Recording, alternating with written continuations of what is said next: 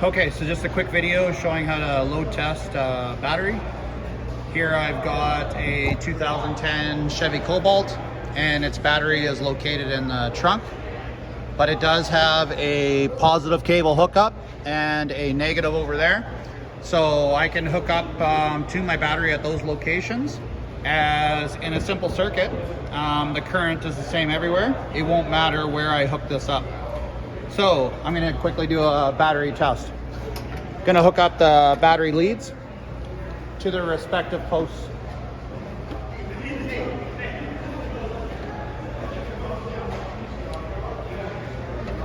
After I have them hooked up, this thing's going to start reading battery voltage.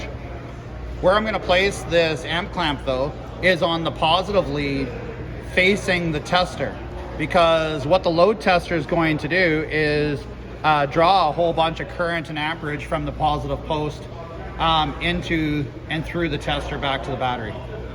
So this thing has a little arrow here that's pointed this way, and I'm going to have that pointed towards the tester. Okay, the only other thing you're going to need to know is what the cold cranking amperage reading for the battery is. And I've already read on the side of this case that it's 600 cold cranking amps. So what you're going to do is you're going to load the battery to 300 amps, half of its cold cranking amps. So I'll load this one to 300. And what I'm looking is at the voltage over here. Now already the voltage looks a little suspect at 11.5, as a fully charged battery is 12.6.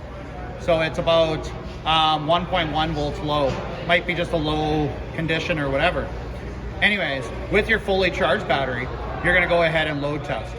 So I'm going to load test right now, and I'm going to hold the load for 15 seconds at 300 amps. And what's important at the end of the 15 seconds is the voltage reading. So let's give this a try.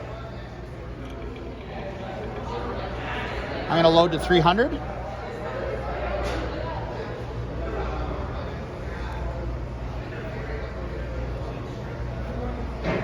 And I'm having a hard time getting it to hold at that.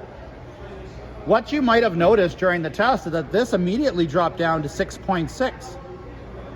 And then the tester just went blank across there, showing that this battery could not hold 300 amps above its specified voltage. The voltage that it's supposed to hold, you can find on these battery temperature versus volt scale while you're load testing. The idea that is at room temperature, so 70 degrees Fahrenheit, the passing battery voltage would be 9.6 volts when I loaded to the 300 amps for 15 seconds. This one did not, so this classifies as a fail. A passing battery would hold that 300 amps for 15 seconds and have a voltage above 9.6. If the battery had just come from outside in a vehicle in our Manitoba cold winters, then we could use the temperature chart to see what the passing voltage would be. Like 32 degrees Fahrenheit, which is 0 degrees Celsius, the passing voltage would be about 9.15 volts. And that would be allowed for a battery to pass when the battery's cold. So make sure that you're aware that your battery has to have a full charge and that the temperature does play into the results of that test. That's how you do a battery load test.